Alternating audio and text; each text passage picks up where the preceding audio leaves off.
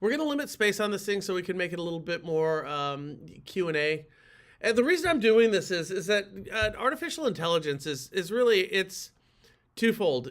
For salespeople, which is a realtor and lender, that's what you are. Artificial intelligence is either enhancing your job and your longevity and your success, or your employers are trying to replace you. Is AI for you an enhancement tool or a replacement tool? Obviously, you want something that enhances you, that really kind of solidifies where you're at. And I think that loan officers are confused about that. But more importantly, AI to me is just, it's a in a lot of ways, I perceived it to be just a more robust version of what we already have with our search engines. In truth, that's kind of what it is. I like actual intelligence where we crowdsource, which is what we do with our team over at the Loan Factory on our CB Loans team. If you're a loan officer and you just want a better way, just send me a text message. I'll reach out to you because we do stuff better. And of course, you can always check me out on Mortgage Shots and see our show on a daily basis. But anyways, artificial intelligence, I was kind of looking at it's notebook is what I'm looking at. And one of my sources for information is my Reddit feed. I have all my different threads on Reddit, and Reddit already aggregates for you, which is great. So I get a lot of information on real estate and mortgage sites from buyers, sellers, lenders, realtors, on top of the sites that I've been going to and the people I've been speaking with for the past 20 years of doing a daily blog. And then what I found is when I add in my Reddit feeds to I'm using Notebook. I can create beautiful presentations in very short order. And then the cool part is that here's the thing, enhancement, okay, is it will create the presentation for me, but it's still up to me to give the presentation and figure out what the narrative through it is going to be.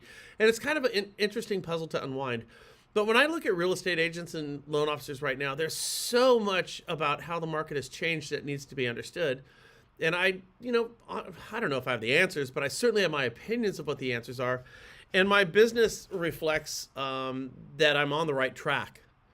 So I want to talk about enhancement, artificial intelligence, rather than just tell you ambiguously how it's done. We're actually going to build presentations. We're going to build videos. I'm going to show you how to use it in real time. We will actually build them from scratch.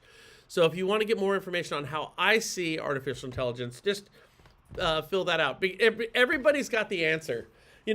After I had been doing videos for 10 years, I saw people who never shot videos out there marketing on, at the time it was Facebook, dating myself. I get it.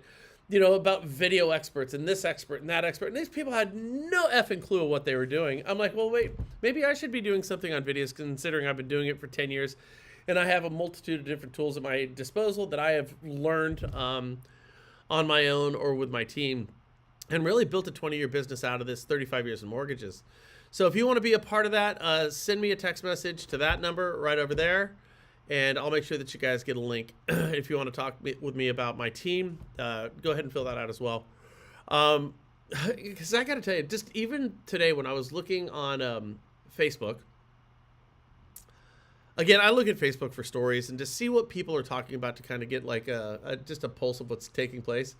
And on one of these community groups, this is so funny to me because this is how many people have this shit wrong. Just fucking wrong. Is somebody had posted on a community group, a Vacaville, Solano County community group. Hey, listen, I'm thinking about, me and my husband we're new to Vacaville and we're thinking about buying a house and wonder if anyone has a recommendation for a real estate agent. That had 590 comments in a half hour. 590 comments in a half hour. Like every realtor or every realtor's best friend came out of the woodwork and it's like, pick me, pick me, pick me. If you have 590 people vying for somebody posting, which by the way, that was probably fishing from a loan officer to see who was going to respond, to be totally honest with you. That just tells me that real estate agents and lenders right now, they're on the wrong page when it comes to marketing. You don't want to have a leverage ratio of 1 to 590 because you're just not going to get picked.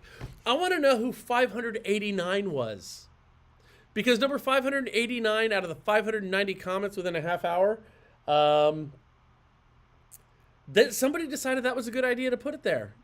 I'm going to figure out who I'm going to use before I get to number 589. And I thought to myself, some of the tools that we have, I'm going to share this. Because people, when it comes to marketing, I understand they don't exactly have a firm understanding of what they need to be doing, particularly when it comes to the digital age, for which we're already. This isn't new. This is decades old. If you're a salesperson, a realtor, or lender, you should already be doing this. You should have been doing it a long time ago. To say you're behind the eight ball is just really a gross underestimation of where you need to be with your business. And I'm not trying to be a jerk about this stuff, guys, but that's just kind of how I see it right now. So we're going to talk about how we can streamline our business models and really kind of the economy of time, our economy of words, and our economy of messaging, and how we can integrate some of the tools we have to enhance our business rather than replace us at our business. With that said, I want to go through a couple of things with you today that I think might be helpful for you. Leave any comments down below. If I'm completely off base, by the way, you're not going to hurt my feelings. Go ahead and put it in the comments down below. Share and subscribe, obviously, if you want to get more messages. And here's the cool part. I've said this before. I'm not going to share your information. So let's jump right into exactly what it is I'm talking about. Okay, so...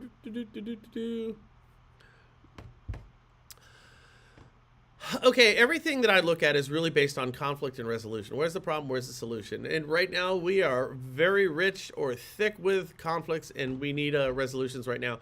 The average, when home sellers set a price too high, they're paying for it. This is what we call just riding the market down. We saw this back in 2008, 9, and 10. You know, what happens is a real estate agent will go list a house and say, what do you want to list the house for? The seller's going to, tell them what they think the house is worth. And the real estate agent's going to go along with the expert being the seller, who's not involved in real estate on a daily basis and has a very clear bias on their own property and what the value of it is. They're going to go with that opinion versus their own professional opinion. Oftentimes that number is going to be too high. And then over the course of 7 days, 30 to 45, 60 to 75, 90 to 160, 120... Like, the amount of time properties are sitting on the market right now is bad. And what you can see right now is, as we progress along the graph that we're currently looking at here, we could see that the cuts become deeper and much more precipitous. So, let's just say from 0 to 7 days, the average house right now in the United States is being cut by, let's call that one, a third of 1%. And then the cut over the 30 to 45 days, you're going to look at almost a 3% cut, 60 to 75 days, a 5% cut.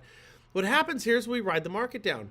If that person at the very beginning were to have listed their property 4% lower than what they perceived it to be, theoretically saying, they should have been able to sell that house. Because they're going to be in front of the market, not behind the market. You get in front of the market, you don't tail that sucker down. So if you're truly a professional real estate agent right now, and if you're a loan officer, these are great messages to get out to our real estate agent partners, is you need to show your potential listees the data that we have at our disposal and understand that the market that we're going into is going to get much more difficult than what it currently is. Every single indication that I'm looking at suggests that we're going to see something that either matches or exceeds, I believe, far exceeds some of the problems that we had back in 2008, 9, and 10, where in many markets we saw nearly a 50% cut in property values. But here's how the old saying goes. The longer your house is on the market, the more you're going to lose your ass on the thing. Now, you might be saying to yourself, well, of course, if it's listed for a longer period of time and it's not being sold, then of course we're going to drop the price. Yeah, you're right. But understand that means when you listed the house, the day you wanted to sell the house, you listed it too high. And if you truly have a fiduciary, not only to your clients, but think about this, real estate agents and lenders, you have a fiduciary, a legal and moral responsibility to your prospects. Those who have yet to decide that they're going to use you for their services, either to borrow somebody else's money or to list their house, or even representing them as a buyer for a real estate agent. And in order to fulfill that fiduciary, sometimes the honesty that we have to have with our clients might be uncomfortable and might actually lead to you not getting that listing. The same could be said for loan officers right now with the whole bait and switch tactic about, I'm not even going to say you're lying about the rates that you have to offer, but trying to be optimistic about the direction rates are going and projecting that by the time these guys go into contract based on where we're currently at, that we might see something lower. I happen to think that's going to be the case. We're going to see about a 3/8 to a 0.5% drop in rates here over the next 6 months. So we're going to trend downward with interest rates. But we're not going to get there overnight, and that graph is going to look much more like a jigsaw than anything else, where the teeth are going up and down as we are constantly moving in a downward trajectory. You as a loan officer could be caught in a situation to where we see a temporary but significant spike in interest rates, and when that person does go into contract, whatever you quoted them initially is not what you're giving them, at the date you received an accepted offer and a contract. In other words, your legal and moral responsibility as a real estate agent is tell them the market is shit right now. And for loan officers, quote a rate that's higher, not lower. It's that whole, under promise and over produce. That goes for real estate agents too, because if you go ahead and list that house lower and you sell it faster, and then 2-3 months down the road, retrospectively, that seller's looking at that property or looking at other properties that are for sale, or even if you're doing your follow-up calls as you should be doing post-closing, you as a real estate agent, take a second to toot your own damn horn and tell these people, hey, listen, those 4 properties that listed the same week you did, they're still on the market and they're dropping their prices. That's a hell of a way to go ahead and get referral business, by showing people after the fact that you exceeded what their expectations were, even if they didn't like the initial words that were coming out of your mouth. This is on rate and this is also on price.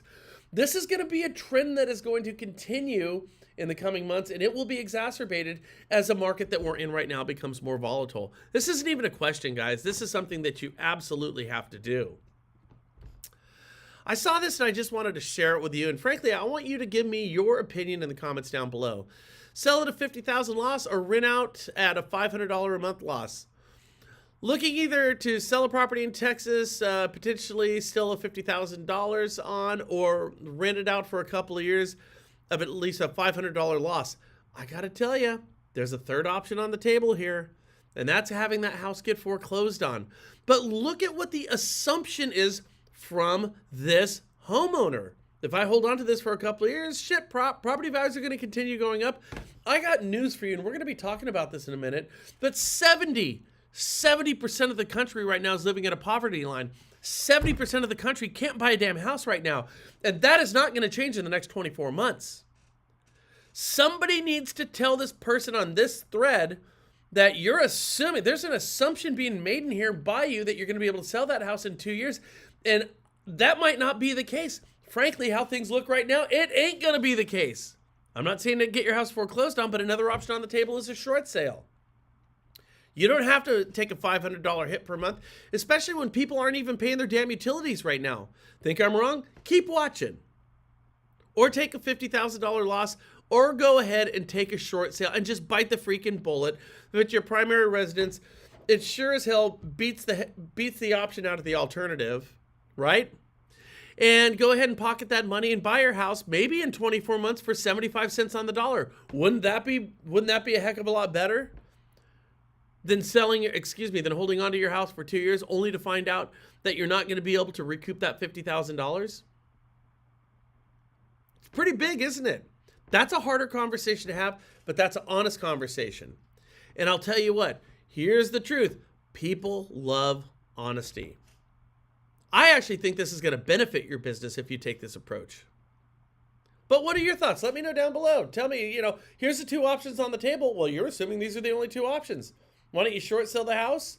Your credit's going to get jammed up for, 24 months. That sucks. 36 months. That sucks. But maybe you could buy that house back cheaper. And at $500 a month, that's $6,000 a year. Or, that $50,000 that you think you're going to eat if you sell it directly. Or you just short sell the thing.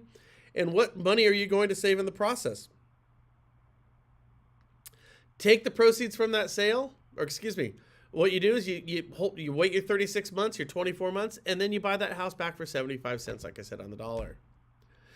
Here's a case in point. Nearly 6 million households have utility debt so severe that they'll soon be reported to collection agencies. More people are falling behind on paying their bills to keep the lights on and the heat in their homes, according to a new analysis of consumer data. A warning sign to the U.S. economy and another political headache for Donald Trump. This is a headache for everybody. Oh, this is a political headache for Donald Trump. What about the poor schleps who can't make their gas and electricity bills? That's a real big problem. Agreed? I got news for you. If you're not paying your gas and electricity, you ain't going to be in that house for a long period of time. 70% of people are living below the poverty line. This, of course, is not according to the federal government right now, because they're going to find a way to spin things positively. But this is, in fact, the truth of the situation. As a result of this, we have people like Fedwaller, I believe he's down there in Texas. He said, people said tariffs are going to cause a bunch of inflation. It did. How's that Thanksgiving shopping going for you? How's Christmas going to look for you? This is going to be an anemic year for Christmas. All indications are that seasonal hiring has just fallen off a freaking cliff, and people are going to lose their freaking minds by the end of this year. It ain't happening. Sorry, Fedwaller, it is happening. Do you know that nobody at the Federal Reserve has ever had a job? Honestly, everybody on the Fed board, not a single person has ever had a real job. And they're the ones setting monetary policy. They're the ones talking to us about inflation. If ever there was a Marie Antoinette let them eat cake moment, this is it. It should have already happened, so start giving me a lot better reasons for not cutting interest rates.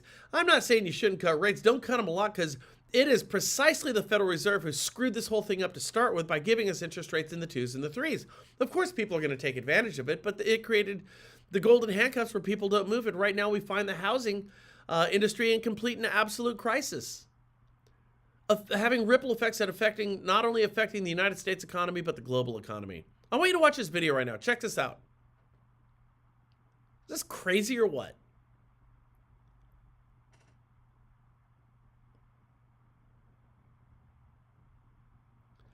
You know, it just goes to show that right now, you need to rely on yourself. The bad thing about your business is a lot of you ain't making enough money to pay the bills. But if you're in real estate or lending right now, the good thing is that you can, if you choose to change your habits, your manners, and your consistency about your business. You absolutely can, because the competition isn't as hard as you think it is. Real estate agents and lenders, by and large, aren't great marketers. I just told you what I saw on Facebook. 590 people responding to one client. You have a 1 in 590 chance of being picked, if that even was a consumer on the other end of it, and we don't even know if they qualify. How many people are on Facebook? How many people are on their different social sites right now trying to pick up business without any type of marketing plan? And evidently, with real estate agents in Vacaville, California, it turns out there's a whole bunch of them. Now, I want you to look at this. This is very, very interesting. And this is a, oh shit, we really got a problem here, Will Robinson. Or is it danger, Will Robinson? I think you have to be over the age of about 45 to understand that reference. If you measure income inadequately today, the way that Olshansky measured back in 1963, the threshold for a family of 4 wouldn't be $31,200. By the way, that's where we currently say the poverty line is at $31,200. If we go back to Olshansky's methodology of determining somebody's poverty level that we had in 1963, the actual number, according to the math that the federal government was looking at, and where most people were above, that income today would be $130,000 to $150,000. Those who make less than $130,000 to $150,000 are 70%. That number's too high? My ass it is. Remember, we're talking all across the country, so of course, on the coast where people make more money, the numbers are going to be higher, where real estate is more expensive, and real estate is the largest inflationary component in every single person's life. And remember, Olshansky was only trying to define too little. She was identifying crisis, not sufficiency. If the crisis threshold, the floor below which families cannot function, is honestly updated to current spending patterns, it lands at $140,000 today. What does that tell you about the fact that the government's currently using $31,200? It means that they aren't telling you the truth. It is funny math, so you'll continue to vote for them. It's the same thing as the Federal Reserve telling us that we don't have, inflation is doing just fine right now. It's the same talking out of both sides of your mouth that we're hearing from everybody in Washington.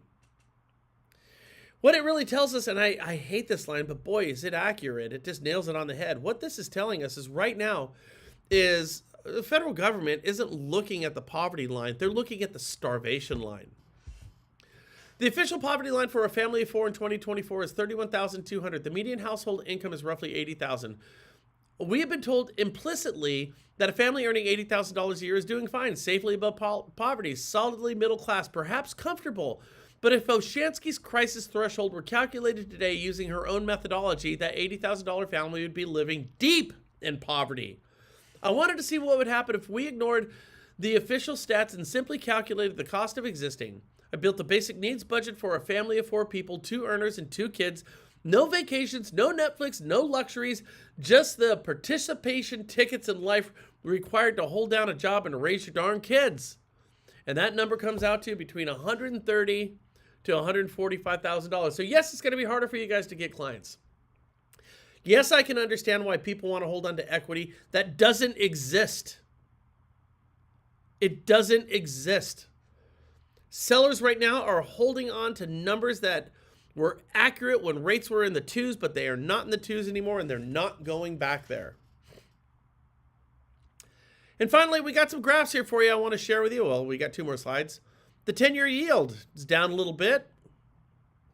We're not seeing any massive shifts there. Mortgage interest rates, if we're moving over to our right, are sitting at 6.37%, a little bit down right now. And again, we're trending in the right direction. I fully expect this to go down to somewhere in the high 5s. It's not going to happen overnight. We're going to see spikes during that process, but we're going to see rates drop by about 0.5%. This, by the way, is not according to me because I don't have a magic bubble, nor does anybody else. What I'm talking about is if we look at what the Fed's saying, the Treasury's saying, Fannie Mae, Freddie Mac, Ginnie Mae, HUD, and all of those who can actually influence interest rates, they all have their economists. And when we blend all those together, it suggests that by the end of 2026, we'll be in the mid-5s. Again, not me, them. But they're probably the best ones out there because they have their finger on the pulse.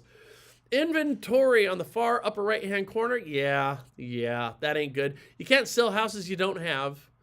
And that number continues to be bad. However, if you watch my video from yesterday, what I talk about is there is a multitude of reasons why we are going to see our inventory increase. And as the inventory increases, we're going to see property values coming down. And property values coming down with rates coming down is going to create a moment of bliss in 2026 where real estate agents and lenders are going to be doing a hell of a lot better than they did in 2025.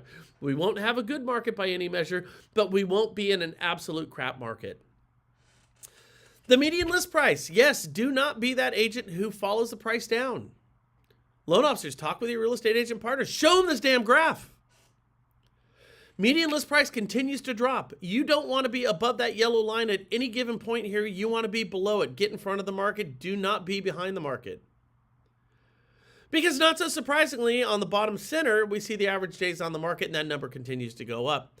The average day on the market right now is 6 freaking months. That's scary. 120 days. Price reductions? Yeah. Price reductions. 41.2% of properties right now have a price reduction. Wouldn't it be better to take that price reduction at the point of listing so you could sell the house faster? You could. Here's the whole point. Realtors, you have the ability to have your personal business not reflect this graph. That's your choice. But you have to make the right decision for your clients. Get in front of the market. The average day of listing, shown this. The average day of listing is 120 days. With me, it's 28 days. Why is that? Because I get in front of the market. Why is it important? Because 41.2% of properties are reducing their prices. You're going to reduce your price after 60 days of not getting any bites. I want you to look at all these signs in our neighborhood and how long have they been sitting up here. On average, it's about 119 days. So if you want to sit around and get frustrated, you can certainly go ahead and do it. Or rather than take your price point and that which Zillow is telling you to list at my price because I'm the expert in this market, not Zillow and their ridiculous algorithm, which, by the way, almost bankrupted the company just a few short years ago. This is your choice as an agent. Again, you will have happier clients if you have that tough conversation up first. Loan officers, same thing. Tough conversations up first. Set the standard of what's going to take place. You're going to get conditions where you didn't think you could get them. You're going to be asking things from your clients that they don't feel like they need to give. And this might go longer than what they expected, and the rate might be a little bit higher, but this is just honesty right now because we are in a rough market. Go ahead and face losing that client. I'd rather have one happy client than one pissed off client. And more so, I would rather have one happy client than 3 pissed off clients. If you lie to your clients about what the expectation should be, you'll probably get more listings, you'll probably get more buyers, you'll probably get more loans, but they'll all be pissed at the end. Honesty up front now is at a freaking premium. That should be the name of this video. Honesty up front. The FHFA, and on a good note, on a lighter note, my friends, the FHFA has raised their 2026 conforming loan limits to $832,750. It's a 3.25% increase. It's smaller than previous years, but that's because the housing market is shite, as they said in the movie Trainspotting. And if we want to go up to the high-cost areas, like where I live, it's $1,249,125. Listen, make Christmas smaller. Tighten your belt a little bit. Go back to what Christmas is always about, and that's gratitude. Being grateful for what you have and appreciating those around you. I'm not even kidding you. I know it sounds a little sappy, but it's a good idea. Enjoy your Thanksgiving. You don't need to have a blowout. Just enjoy your time with your family and your friends right now. And go ahead and talk about what you're grateful for. Because grateful people are always happy. Entitled people, they are never happy. This is not the year to keep up with the Joneses, my friends. This is the year to keep up with the Jodes. Who are the Jodes? Who knows it? Put it in the comments down below if you know. With that said, Kimosabis and Kimosabi yeses and Kimosabi theys. Have a happy Thanksgiving. If you're seeing this after Thanksgiving, I hope it was great. And for the holiday season, take the stress off your shoulders. Just be brutally honest with your clients. Don't buy your kids a bunch of shit they don't need. And be grateful and share the reasons why you're grateful. It'll go a longer way. I got to tell you, I remember having a conversation with my grandmother, who'd be well north of 100 years right now, 100 years old. She was born and basically grew up as an early teenager during the Great Depression. And I shit you not, I remember having a conversation with my grandmother. She said she remembers one year for Christmas, she got a bar of soap. That was her Christmas present, a bar of soap. You know what she also told me? Those were the best years of her life. Don't sit back on these hard times. We learn lessons when things are hard. We learn lessons when things are difficult. And in retrospect, those lessons are always good for us. Don't mistake what this market is. It's school time for you, and it is in. I hope this helps, and I really look forward to talking with you guys soon. Again, reach out to me, Brian Stevens, 707-330-1272, or you can send me an email that I will not check, honesty, at mortgageshots@gmail.com. Give me a call or send me a text. I'll make sure I get that. With that said, adios, Kimosabis and Kimosabieses. Talk to you soon.